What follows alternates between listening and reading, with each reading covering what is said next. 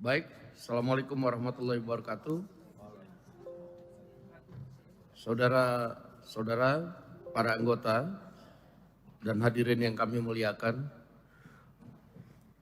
sehubungan dengan belum terpenuhinya syarat quorum rapat paripurna pada hari ini, maka sesuai dengan pasal 281 ayat 3 Tata Tertib DPR RI sebagai berikut. Penundaan pembukaan rapat sebagaimana dimaksud pada ayat 2 dilakukan dalam jangka waktu paling lama 30 menit. Apakah dapat disetujui? Terima kasih. Dengan ini rapat kami skors.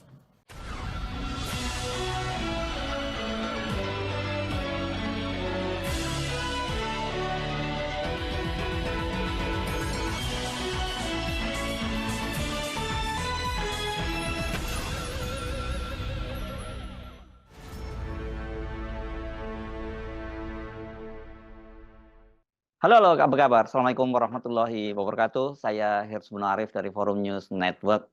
Rapat paripurna DPR yang rencananya akan mengesahkan RUU Pilkada itu ditunda ya. Ini hari ini ya, tadi pagi rencananya pengesahannya itu.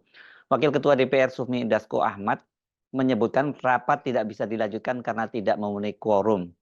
Sesuai dengan tata tertib DPR bahwa rapat-rapat dalam pengambilan keputusan atau rapor itu harus memenuhi aturan dan tata tertib yang berlaku. Nah, setelah diskors sampai 30 menit tadi, peserta rapat tidak memenuhi quorum, sehingga sesuai dengan aturan yang ada bahwa rapat tidak bisa diteruskan. Itu kata Dasko, ini Wakil Ketua DPR yang rencananya akan memimpin rapat pengesahan itu di gedung parlemen hari ini. Dasko menyatakan itu hanya 86 orang anggota yang hadir dan 87 orang yang izin, sisanya belum ada keterangan mengapa tidak hadir.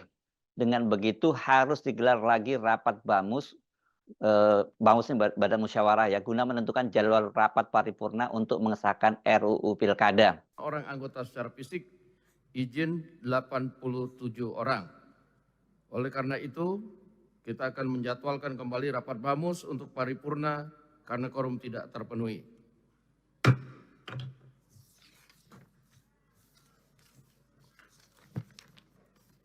Yuk.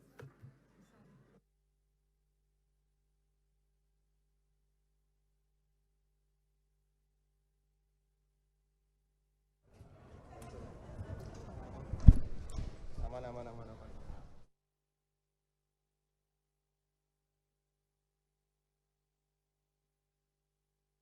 Ya kalau sidang hari ini kita tunda, kita ada mekanisme nanti harus kita rapimkan, dibamuskan lagi. Jadi hari ini kita DPR mengikuti aturan dan tata tertib yang ada sehingga hari ini pengesahan tidak dapat dilaksanakan. Tapi walaupun sudah dinyatakan ditunda, tapi saya kira ini tetap saja para pengunjuk rasa, Anda semua yang sekarang sedang mengepung DPR jangan kendor, jangan tinggalkan gedung DPR, terutama pintu belakang ya. Kalau pintu depan kan itu sudah digerbong, sudah dipasang beton dan sebagainya. Sekarang memang anggota DPR-nya itu lewat pintu belakang. Jadi jangan kasih kesempatan mereka untuk masuk karena ini saya kira bukan semata-mata mereka itu takut dengan para pengunjuk rasa, tapi mereka juga takut karena situasi yang sekarang ini sedang berubah dengan cepat. Kalau kita mengamati di media sosial itu kan kemarahan luar biasa ya dari warganet. Dan warganet itu kan sebenarnya cermin dari yang ada sekarang. Tetapi kalau kita melihat di gedung DPR itu juga banyak sekali kan elemen buruh yang sudah sejak kemarin sudah bersiap-siap untuk mengepung gedung DPR dan bahkan sejumlah influencer ini bukan influencer bayaran ya, influencer yang sering bersuara kritis terhadap pemerintah juga banyak hadir. Ada beberapa juga sekarang influencer yang tadinya kita kenal sebagai influencer pemerintah ini kelihatannya tanda-tandanya juga udah mulai tobat gitu ya. Jadi tapi jangan terlena, jangan kemudian Anda merasa bahwa sudah menang karena kemudian rapat paripurna itu ditunda karena bisa saja nanti begitu Anda terlena, Anda tidak lagi mengepung gedung MPR DPR ya itu disahkan. Seperti saya sampaikan dalam konten-konten sebelumnya itu penting dicatat tuh siapa-siapa saja anggota DPR yang hadir ya, yang ikut pengesahan. Nah, kali ini pun kan gampang tuh namanya, 86 orang itu tuh kita mesti cari nanti kita umumkan pada publik siapa saja yang hadir dari fraksi apa dan kemudian bagaimana sikapnya gitu karena bisa juga yang hadir itu kan nantinya menolak ya, bukan berarti mereka yang hadir itu semua sepakat. Karena saya kira misalnya seperti PDIP ini penting juga untuk hadir dan itu melakukan apakah walk out atau menyatakan tidak sepakat di sidang paripurna. Ini tetap penting kehadiran mereka. Tapi kalau tidak hadir ya tentu saja akan lebih baik lagi. Kalau kita lihat tadi bahwa itu akan ada rapim lagi, memang ini cukup mengejutkan prosesnya, karena prosesnya itu kan sangat cepat, mulai dari rapat badan legislasi, kemudian panja dan pengambilan putusan panja, pengesahan panja, dan sekarang rapat paripurna itu hanya berlangsung dalam 2 hari saja. Setelah tanggal 20 itu Mahkamah Konstitusi memutuskan bahwa ada 2 putusan yang merugikan kepentingan Pak Jokowi, yakni berkaitan dengan ambang batas untuk pencalonan partai-partai politik bisa mengusung calon kepala daerah, dan kemudian soal batas usia seorang calon kepala daerah yang dalam hal ini di putusannya itu menguntungkan Kaisang Pangarep Putra Buntut Pak Jokowi.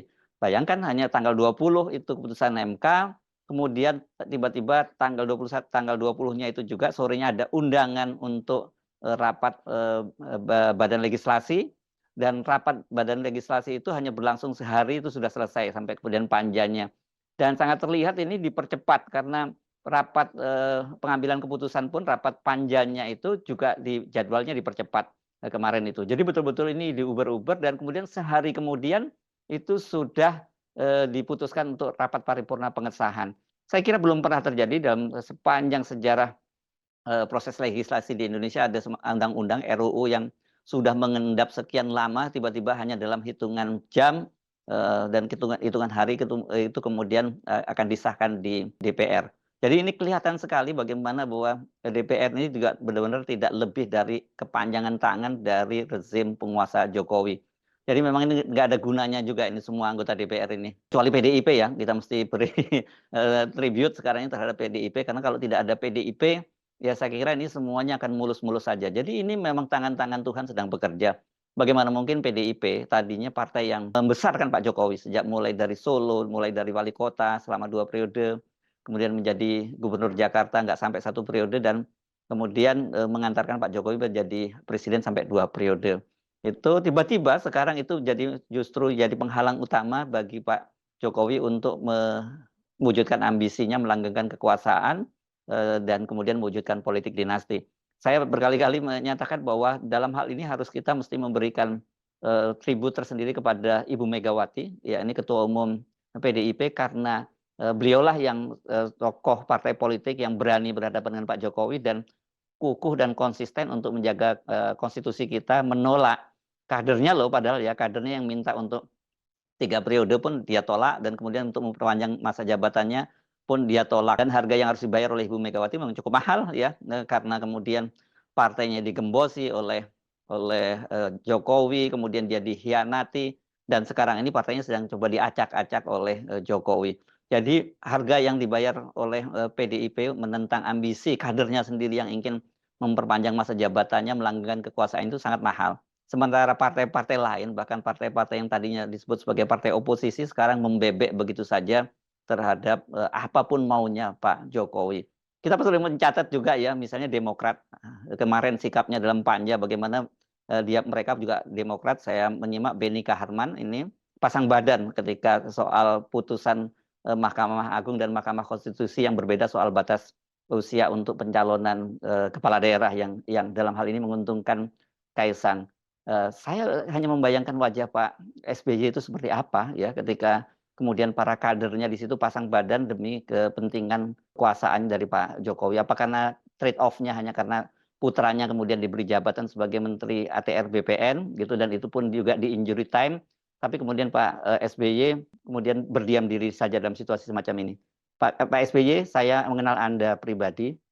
Cukup lama saya mengenal Anda dan saya tahu bahwa Anda adalah seorang Demokrat. Bukan hanya nama partai Anda Demokrat, tapi apakah Anda juga akan tinggal diam saja dalam situasi sekarang ini? Ayo Pak SBY, pimpin rakyat kita untuk menegakkan kembali konstitusi kita. Jangan biarkan demokrasi kita dibajak oleh Jokowi dan para pendukungnya. Saya Rusmun Arif dari Forum News Network. Sampai jumpa lagi. Assalamualaikum warahmatullahi wabarakatuh. Enough is enough.